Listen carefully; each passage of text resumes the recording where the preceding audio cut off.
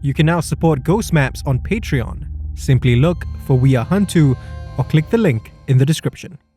Inspired by an account from Ut. Ghost Maps, entry 125, Phuket, Thailand.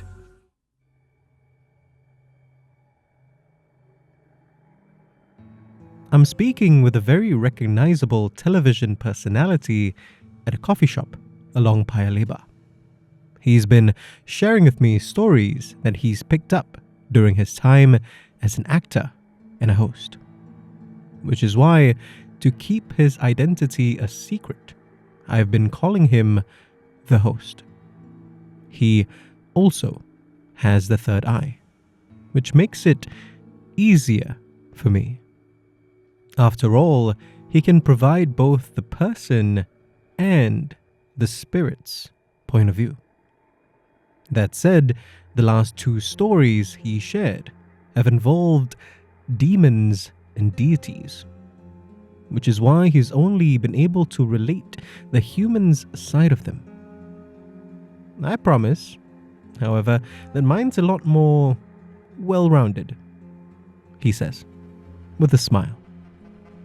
I take that as my cue. Just as I switch my recorder back on, my phone starts vibrating. I had just missed a call, so I'm about to answer this one. The host, however, interrupts me again.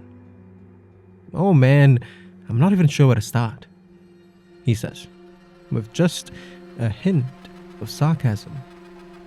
My turn to give him a smile. I tell him that yes, he can start from the beginning.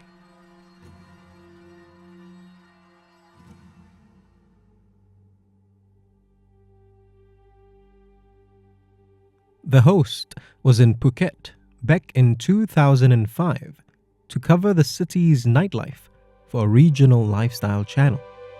It was myself, a cameraman named Bernard, and my producer, Melinda, he says.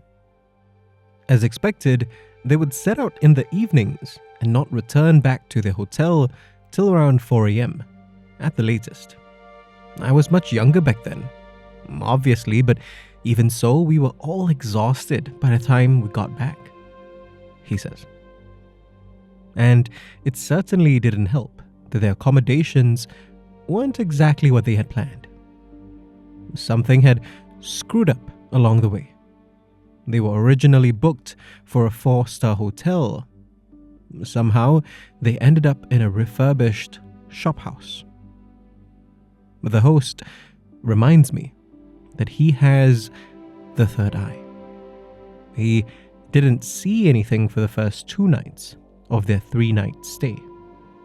However, he certainly had an uneasy feeling about the place from the moment he stepped through its doors. You could just sense that something was off, he says, sounding nervously excited. The lights were always too dim, a stale odor permeated the walls. Not a stench though, just old. The rooms themselves weren't much better either. This huge mirror was hung right in front of my bed, and there was something so unsettling about it. While each of them had their own room, thankfully, they weren't far apart. Bernard was 2 rooms away from the host, while Melinda was 3 rooms away. They all promised each other if any of them needed it, they could seek shelter or comfort with the other. And the host would take Melinda up on that offer on that 3rd night. We had been to so many locations and done so many takes while we were in Phuket, says the host. I was sure I would just knock out on that last night when I got back to the hotel. And he might have too. When he stepped into the room, he was shocked by his own reflection in the mirror. Nothing new there. He had been taken by surprise for the past 2 nights. He took a shower and climbed into bed. But just as he started to drift off to sleep, even with his eyes shut, he could tell that the lights had switched on and then off again. He tried to ignore it, but he knew better. He let the lights flicker on, then off once more, before leaping out of bed. He got dressed and called Melinda. "I need to come over right now," he told her. Even while groggily half asleep, she immediately replied, "Yes." Just as the host was leaving his room, however, he caught sight of himself in the mirror. The reflection naturally looked exactly like him. His face, his messy, just out of bed hair, even the slight bags under his eyes from the 3 nights out. But while the host wore a neutral expression, his reflection was smiling at him. It didn't look malicious or exaggerated. In fact, it seemed genial. But it was the lack of anything overtly sinister that somehow made it worse. Like the doppelganger could take its time with him. The host bolted out of his room down the hall to Melinda's and knocked furiously on her door. And just before she could open it, however, he took a glance over to his room, and waiting outside was him, still smiling. The light above the double flickered on, then off again. The host blinked, and the doppelganger was gone. But the flickering lights started to follow him down the hallway. They stopped the moment Melinda opened her door. The host rushed in, slammed the door shut, and gave her a hug. Once he'd calmed down, he and Melinda went straight to the front desk. The host says. I furrow my brow in confusion again, but he continues, "We didn't waste any time making excuses. I just asked if there was an altar in the hotel I should pray to, and then told them that I needed a change of rooms." He says that the staff didn't make a big deal of it, almost like they were expecting this. The front desk manager showed him to the altar, while a bellboy helped to move his things to another room.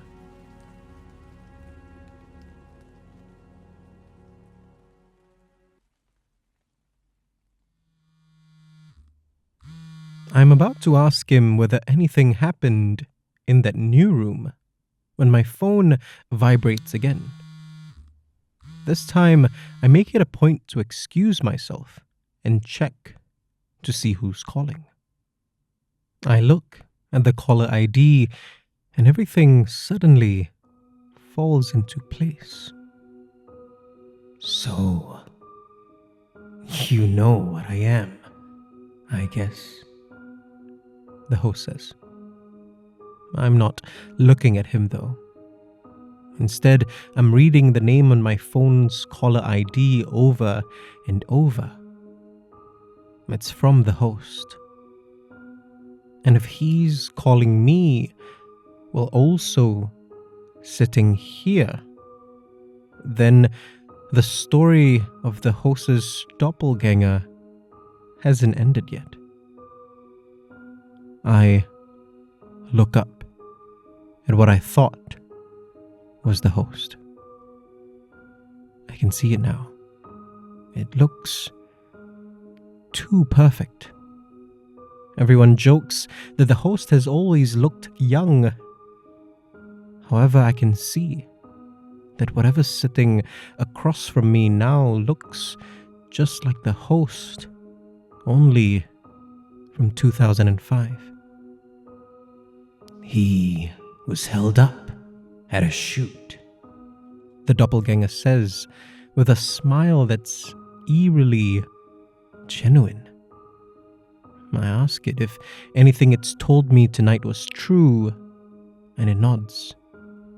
The host collected all those stories, it says. I should know. I was watching him this whole time. Then I ask it why it's here and what it wants from me.